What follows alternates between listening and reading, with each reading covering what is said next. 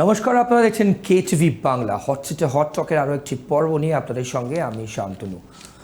উৎসবের একটা পার্ট শেষ, মানে বড়দিন বাদ দিয়ে পুজো শেষ, কালী পুজো শেষ, জগদ্ধাত্রী পুজো শেষ, ছট পুজো শেষ, এবার ভোট পুজো সামনে আসছে এবং তার আগে নির্বাচন commission SIR special intensive revision জানিয়ে এই মুহূর্তে বঙ্গ রাজনীতি উত্তপ্ত। SIR-এ আগামীকাল থেকে, কাল 4 নভেম্বর 4 তারিখ থেকে কিন্তু BLO-রা প্রত্যেক বাড়িতে বাড়িতে যাবেন, ফর্ম নিয়ে যাবেন এবং ক্রস চেক করবেন 2002 সালের ভোটার লিস্ট যেভাবে ইলেকশন কমিশন গাইডলাইন দিয়েছে। এবং তাই নিয়ে লক্ষ্যযোগ্য ব্যাপার কিন্তু শাসক থেকে বিরোধী থেকে সব জায়গায়। পাশাপাশি বিহারেও কিন্তু ভোট আছে, আপনারা জানেন। আর 2-3 দিন পরেই 6 তারিখ এবং 11 তারিখ সেদিকেও কিন্তু নজর। SIR-এর পর বিহারে ভোট হচ্ছে। আমরা আজকের হট সিটে হট টকের এই দুটি টপিকই আপনাদের সামনে রাখছি। চুলচেরা বিশ্লেষণ, SIR নিয়ে এত সমস্যাটা কিসের? BLO-রা বলছেন তারা নিরাপত্তা চান এবং তারা কিন্তু খুশি নন, সন্তুষ্ট নন। আপনারা সে বিক্ষোভও দেখেছেন বিভিন্ন জায়গায় BLO ট্রেনিংয়ে। এই নিয়ে আমরা কথা বলবো এবং বিশ্লেষণ করবো। অর্কপ্রভ সরকার আমার বাদিকে বসে আছেন। হট সিটে হট টকে আপনারা যার বিশ্লেষণ শোনেন এবং আপনারা জানান এবং বিভিন্ন রকম কমেন্ট করেন আমাদের সোশ্যাল মিডিয়া পর্ব দেখার পর। অর্কদা, আপনাকে স্বাগত আজকের পর্বে। BLO-দের আগামীকাল থেকে কিন্তু ডোর টু ডোর যাওয়ার কথা, ফর্ম নিয়ে যাওয়ার কথা আমরা প্রত্যেকে জানি এবং তারপর BLO-রা বলছেন অসন্তুষ্ট, তারা বিক্ষোভ দেখাচ্ছেন ট্রেনিংয়ের সময়। আপনার বিশ্লেষণ? দেখুন, SIR একটা রুটিন প্রক্রিয়া। আমি রাজনৈতিক চাপানোতলের মধ্যে ঢুকতেই চাইছি না। 2002 সালেও হয়েছিল, বর্তমানে হবে, ভবিষ্যতেও হবে, অতীতেও হয়েছে। তখন ছিল ইন্টেন্সিভ রিভিশন, এবারে নামকরণ করা হয়েছে স্পেশাল ইন্টেন্সিভ রিভিশন। প্রথম কথা, প্রত্যেক মানুষের এটা বোঝা উচিত, জনপ্রতিনিধিত্ব আইন 1950 এবং সংবিধানের 334 থেকে 339 ধারা, কেউ যদি সেটা একবার পাতা উল্টে দেখেন তাহলেই বুঝতে পারবেন যে নির্বাচন কমিশনের কি অপরিসীম ক্ষমতা। সংবিধান তাদেরকে অধিকার দিয়েছে ভোটার তালিকা সংশোধন করা, এবং কখন ভোটার তালিকা সংশোধন করবে সেটা নির্বাচন কমিশনের প্রেরোগেটিভ। সামনে বিহারের নির্বাচন, তারপরে পশ্চিমবঙ্গ, আসাম, কেরল, তামিলনাড়ু, পন্ডিচেরিতে পরপর ভোট, 2027-এ উত্তরপ্রদেশ, আবার 2029-এ লোকসভা। কোথাও তো একটা শুরু করতে হবে, তাই নির্বাচন কমিশন শুরু করেছে। DMK তামিলনাড়ুতে তারা বলছে তারা সুপ্রিম কোর্টের দ্বারস্থ হবে SIR-এর বিরুদ্ধে। তাদের বক্তব্য, ভোটের মুখে কেন SIR? আমার প্রশ্ন হচ্ছে, এই মামলা তো চলছে অনেক দিন ধরে, তখন DMK কেন তাতে পার্টি হয়নি? এখন SIR ঘোষণা হলো, তখন DMK পার্টি হচ্ছে। জানি না, এটা পুরোটাই রাজনৈতিক কারণে হয়তো একটা ন্যারেটিভ তৈরি করা। প্রথম কথা, সুপ্রিম কোর্ট একটা জিনিস স্পষ্ট করে বলে দিয়েছে, ভোটার তালিকা সংশোধন কমিশনের সাংবিধানিক অধিকার। সুপ্রিম কোর্ট এই বিষয়ে অবাঞ্ছিত হস্তক্ষেপ করবে না, বেশ পরিষ্কার বলে দিয়েছে। তাই SIR-এর কোনো আইনি জট নেই, আইনি বৈধতা হয়ে গেছে। আবার নির্বাচন কমিশনকে মনে রাখতে হবে, তাদের কাজ কিন্তু ইনক্লুশন করা, এক্সক্লুশন নয়। যত সম্ভব ভোটারকে তালিকাভুক্ত করা, যাদের ভোটদানের বয়স হয়েছে এবং যারা ভারতীয় নাগরিক। কিন্তু একই সঙ্গে তালিকাকে জঞ্জালমুক্তও করতে হবে। মৃত ভোটারদের নাম অনেক কারণে থেকে যায়। এখানকার ভোটার এক সময় ছিল, এখন আহমেদাবাদে থাকে, সেখানে ভোটার তালিকায় নাম তুলেছে, আবার বদলি হয়ে অন্য জায়গায় গেছে, সেখানে নাম তুলেছে। অন্তত একটা জায়গায় নাম থাকবে, ঠিক? তাহলে অন্য দুটো জায়গায় নাম বাদ যাবে। কোথায় সে নামটা রাখতে চায় সেটা তার চয়েস। বেশ। আর আমাদের সরকার নির্বাচন করবে আমাদের দেশের নাগরিকরা, সেখানে কোনো বিদেশি নাগরিক তাদের গণতান্ত্রিক অধিকার প্রয়োগ করতে পারে না। তা এটা করার জন্যই SIR। প্রথম কথা, দর্শকদের অবগতির জন্য জানাই, বিহারে যে SIR-এর হয়েছে, যে সংশোধিত তালিকা প্রকাশ হয়েছে, সেই তালিকায় ধরুন একজনের নাম আছে, তার ছেলে মেয়ে এখানকার ভোটার, সেই ভদ্রলোক বা ভদ্রমহিলা বিহারের ভোটার। বেশ। 2002-এর তালিকায় যারা কলকাতায় আছেন বা রাজ্যে আছেন, তাদের বাবা মার নাম এখানকার ভোটার তালিকায় নেই, কিন্তু বিহারের তালিকায় আছে। তাহলেও হয়ে যাবে mapping and matching. Mapping and matching, বেশ।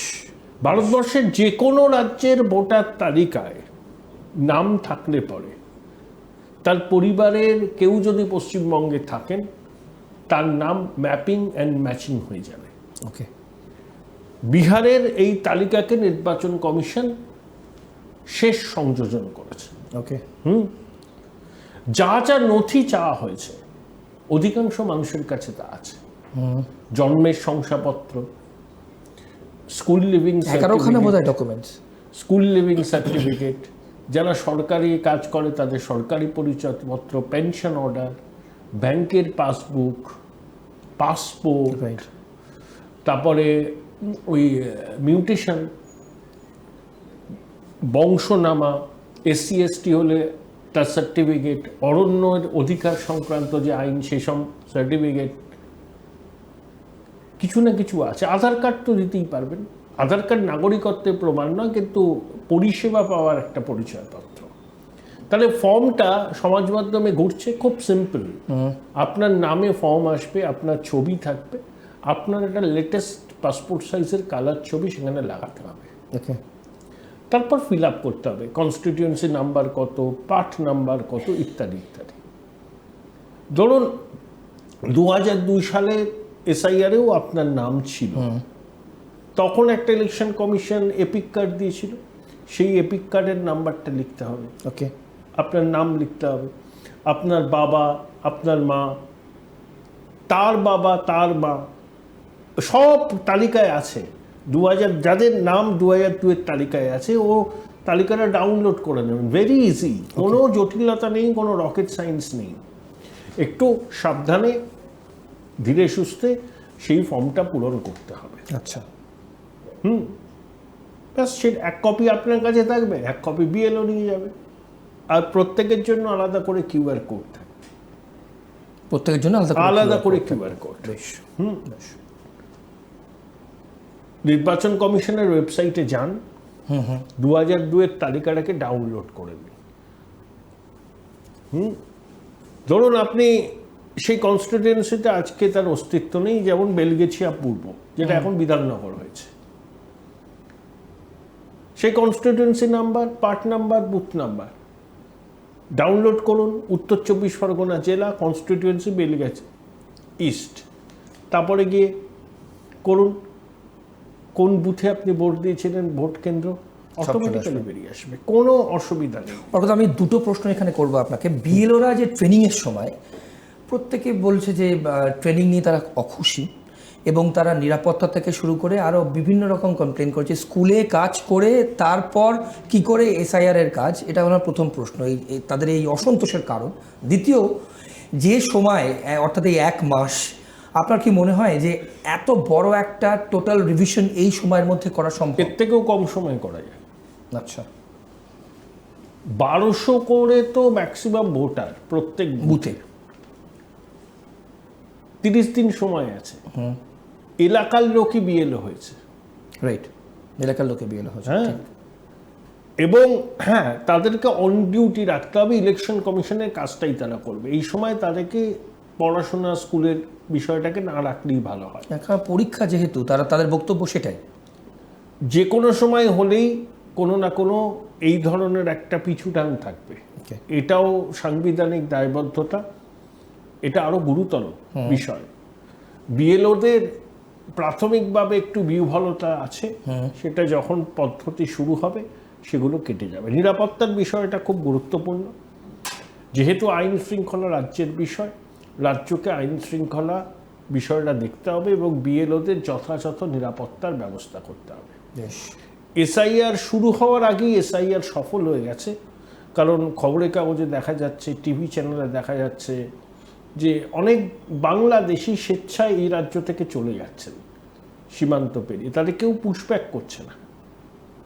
তারা বুঝতে পেরে গেছেন এসআইআর হলে তারা ধরা পড়ে যাবেন, তারা অনুপ্রবেশকারী বাংলাদেশি, মানে যেটা মেইন ইন্টেনশন মৃত ভোটার এবং অনুপ্রবেশকারীদের, তারা স্বেচ্ছায় চলে যাচ্ছেন। অনেকে বিএসএফ এর কাছে আটকও হয়েছেন। তাদের বিরুদ্ধে এই দেশে কোনো অপরাধের অভিযোগ না থাকলে তাদেরকে ঠিক বাংলাদেশে পাঠিয়ে দেওয়া হবে। যদি এখানে অপরাধ করে পালাতে যান তাহলে এখানকার আইন অনুযায়ী বিচার হবে। বেশ, খুব সিম্পল ব্যাপার। বেশ। 1000 জনের বেশি এখন অবধি স্বেচ্ছায় চলে যাচ্ছেন দেশ ছেড়ে। এটা যত দিন যাবে বাড়বে, এবং বহু লোক যারা বাংলাদেশি কিন্তু দেশ ছেড়ে যাচ্ছেন না, তারা দেখবেন এসআইআর প্রক্রিয়ায় অংশই নেবে না, অংশ নেবে না। কারণ তারা বুঝতে পারবে যে তাদের নথিপত্রগুলো জাল, ধরা পড়ে গেলে তাদেরকে দেশ ছাড়তে হবে। ভোটার তালিকায় নাম না থাকুক, দেশে তো আছে এখন অবধি, বহু আসবেই না তালিকায় নাম, মানে এই টাইম স্প্যানের মধ্যে সেগুলো সব সামনে আসবে, সব সামনে আসবে। এবং অটোমেটিক্যালি তো বোঝাই যাচ্ছে এসআইআর প্রক্রিয়ার যে মূল লক্ষ্য, সেই মূল লক্ষ্য সফল হতে চলেছে। এই যে ভবানীপুর কেন্দ্রে 3 জন আফগান নাগরিক ধরা পড়েছে, লুকিয়েছিল তো, রাজ্য প্রশাসনই ধরেছে। এই যে এসআইআর এর এই আবহে এটা অনেক কিছু বেরিয়ে আসবে। ত্রুটিমুক্ত ভোটার লিস্ট আপনি বলছেন, পুরো ত্রুটিমুক্ত হওয়া খুব মুশকিল আছে, হয় না, কিছু কিছু গলতি থেকেই যাবে, কিন্তু 90% উপর ত্রুটিমুক্ত ভোটার তালিকা হবে। বেশ, তাহলে এসআইআর নিয়ে মোটামুটি আপনার এই কারোর কোনো আতঙ্কের কোনো কারণ নেই। কোনো রাজনৈতিক প্রচারে বিভ্রান্ত হবেন না, শাসক বিরোধী কারোর প্রচারে বিভ্রান্ত হবেন না। রাজনৈতিক দলগুলো তাদের মতো করে বলছে, আপনারা কমিশনের উপর ভরসা রাখুন, তাদের বিজ্ঞপ্তিগুলো নজরে রাখুন, আর ন্যূনতম যে ডকুমেন্টেশন সেটা কাছে রাখুন। এসআইআর এ অংশগ্রহণ করা একজন ভারতীয় নাগরিকের কর্তব্য। একদম। অর্থাৎ আমরা বিরতি নেব এবং এসআইআর নিয়ে কিন্তু অর্কপ্রভ সরকার একদম পরিষ্কারভাবে আপনাদের আতঙ্কিত হওয়ার কোনো কারণ নেই, কারণ বৈধ নির্বাচন কমিশনের যেটা মেইন মোটিভ ত্রুটিমুক্ত ভোটার লিস্ট, সেটাই কিন্তু আগামীকাল থেকে বিএলওরা গিয়ে করবে। অর্থাৎ যাদের কাছে ডকুমেন্টস আছে তাদের ভয় পাওয়ার, আতঙ্কিত হওয়ার কোনো কারণ নেই। আমরা বিরতি নেব হটটকে। বিরতির পর যখন ফিরে আসবো, বিহারে কি হতে যাচ্ছে, মহাগঠবন্ধন না এনডিএ, সেদিকে আমাদের নজর থাকবে। বিরতির পর ফিরে আসছি হটটকের আজকের পর্বে, কোথাও যাবেন না, সঙ্গে থাকুন। বিরতির পর ফিরে এলাম, আপনারা দেখছেন হট সিটে হট টক। বিরতিতে যাওয়ার আগে আপনারা এসআইআর নিয়ে কিন্তু যেটা এই মুহূর্তে সবার কাছে একটা বড় প্রশ্ন, সেটা নিয়ে কিন্তু আমরা আপনাদের সামনে বিশ্লেষণ করে তুলে ধরলাম। এবার একটু বিহারের দিকে নজর রাখবো, কারণ 6 তারিখ এবং 11 তারিখ বিহারে ভোট। আপনারা জানেন এসআইআর করার পর কিন্তু ভোট। একদিকে ন্যাশনাল ডেমোক্রেটিক অ্যালায়েন্স এনডিএ, অন্যদিকে মহাগঠবন্ধন। কি হতে যাচ্ছে? প্রশান্ত কিশোর কি আদৌ কোনো দাগ কাটতে পারবেন? আর দাগ কাটতে পারলেও সেটা কতটা দাগ কাটতে পারবেন, এদিকে কিন্তু আমাদের নজর। অর্কদা আমাদের সঙ্গে আছেন এবং এই নিয়ে আমরা কথা বলবো। অর্কদা, বিহারের 6 এবং 11, যদিও আমরা আগে এই নিয়ে পর্ব করেছি, কিন্তু লেটেস্ট আপডেট, লেটেস্ট অবজারভেশন আপনার। বিহারের নির্বাচনকে ঘিরে যে প্রশ্নটা সব থেকে বেশি আলোচিত হচ্ছে, নীতিশ কুমারের ভবিষ্যৎ কি। 2017 সাল নাগাদ আমি নিজে পাটনা গিয়ে বিজেপির পার্টি অফিসের সামনে শুনেছি একটা স্লোগান, নীতিশ কুমার জরুরি হ্যায়, বিহার কি মজবুরি হ্যায়। কেন? নীতিশ কুমার 2005 থেকে বিহারের মুখ্যমন্ত্রী, 9 বার মুখ্যমন্ত্রী রেকর্ড করেছেন। মাঝে স্বল্প সময়ের জন্য তিনি মুখ্যমন্ত্রীর কুর্সি ছেড়েছিলেন, আরজেডি কংগ্রেসের গঠবন্ধনেও ছিলেন, কিন্তু বেশিরভাগটা সময় তার কেটেছে এনডিএর সঙ্গে। এখন নীতিশ কুমার কেন জরুরি বিজেপির কাছে সব থেকে বেশি?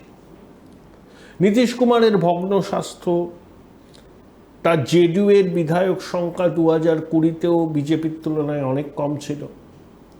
বিজেপি চেষ্টা করেছে নীতিশ কুমারকে কাট্টু সাইজ করার, সেজন্য 2020-তে চিরাগ পাসওয়ানের দল জেডিইউ এর প্রার্থীদের বিরুদ্ধে নির্বাচনী ময়দানে সামিল হয় এবং জেডিইউ এর আসন সংখ্যা অনেক কমে যায়, বিজেপির আসন সংখ্যা বেড়ে 74 হয়, কিন্তু তাও নীতিশ কুমার মুখ্যমন্ত্রী হন।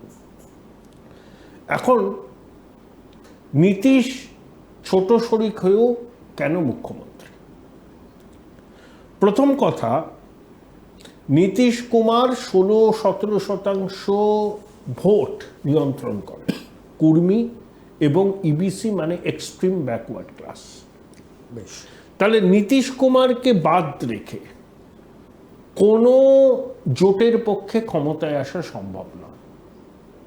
তাই নীতিশ আসন কম পান না কেন, নীতিশের এটাই হচ্ছে সব থেকে গুরুত্ব, যে প্রিভিলেজ অফ দ্য স্মল গাই, যে আমার আসন সংখ্যা কম হতে পারে কিন্তু আমাকে বাদ রেখে কোনো অ্যালায়েন্সের পক্ষে সরকার গঠন সম্ভব না। ওকে, এই যে আজকে আমরা সবুজ সাথী, এই যে সাইকেল দেওয়া হয় মেয়েদের এই রাজ্যে, ছেলে মেয়েদের স্কুলে যাওয়ার জন্য, নীতিশ 2005 সালে এটা চালু করেছে প্রথমবার ক্ষমতায় এসে। বাচ্চা বাচ্চা মেয়েরা তখন সাইকেল পেত, তখন তারা ক্লাস 5-6 পড়ে, তারা এখন ভোটার হয়েছে, তাদের ভোটটা নীতিশ পাবেন। এবং 10,000 টাকা করে 1 কোটি মহিলার অ্যাকাউন্টে দেয়া হলো স্বনির্ভরতার জন্য, তার একটা সুফল পাবে। নীতিশের আমলে যাই হোক না কেন, আইন শৃঙ্খলার উন্নতি হয়েছে, পরিকাঠামোর উন্নতি হয়েছে। এই যে মোকামায় যে এক বাহুবলী খুন হলো, নীতিশের দলের প্রার্থীকেই কিন্তু গ্রেপ্তার করা হয়েছে। অর্থাৎ নীতিশ দেখাতে চাইছেন যে আইন শৃঙ্খলা পরিস্থিতি অবনতি হলে কেউ যদি মনে করে যে শাসক জোটের প্রার্থী কিন্তু সে নিজের হাতে আইন শৃঙ্খলা তুলে নিল, তাকেও রেয়াত করা হবে না। বেশ, এখন নীতিশ তার এই রাজনৈতিক জিমন্যাস্টিক্সের জন্য পদক পেতেও পারেন। এই নীতিশ কুমার 2013 সালে বিজেপি যখন নরেন্দ্র মোদীকে প্রধানমন্ত্রী পদপ্রার্থী করল, নীতিশ প্রতিবাদ জানিয়ে বেরিয়ে এসেছিলেন এনডিএ থেকে।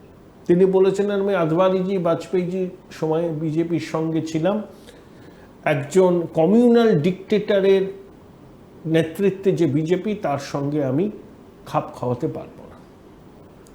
2014 সালে লোকসভা নির্বাচনে নরেন্দ্র মোদীর নেতৃত্বে এনডিএ ক্ষমতায় এলো, বিজেপি একা 282টা আসন পেল, বিজেপি বিহারে সুইপ করলো, জেডিইউ এর সঙ্গে কোনো অ্যালায়েন্স ছিল না।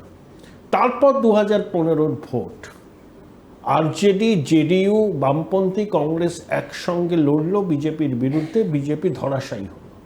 2014 যারা বিহারে ক্লিন সুইপ করেছিল, 2015 বিধানসভা নির্বাচনে তারা মুখ থুবড়ে পড়ল।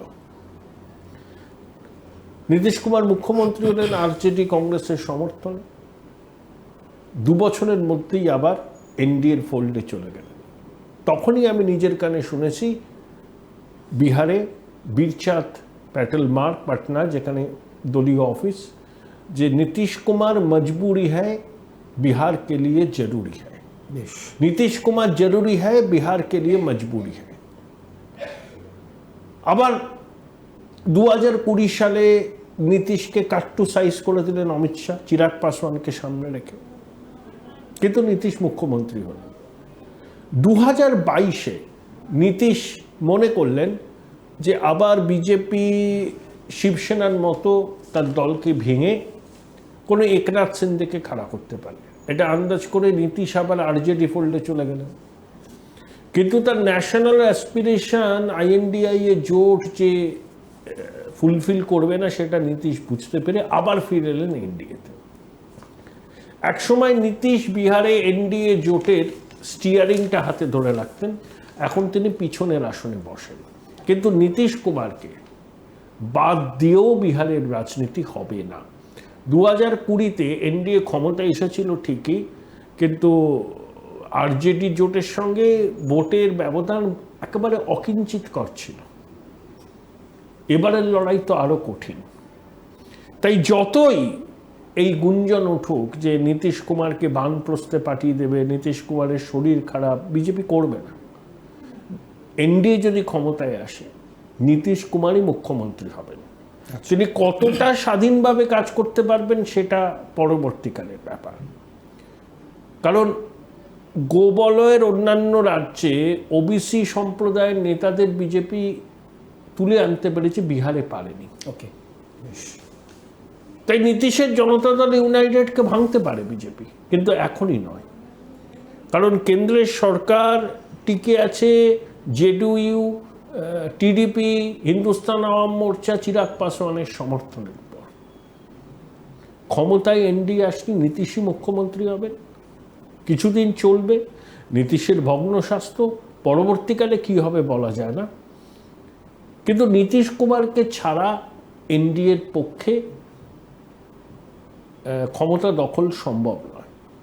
নরেন্দ্র মোদীর বিরুদ্ধে বিদ্রোহ যিনি করেছিলেন সেই নীতিশ কুমার, তিনি এখন নরেন্দ্র মোদীর সামনে নতজানু হয়েছেন।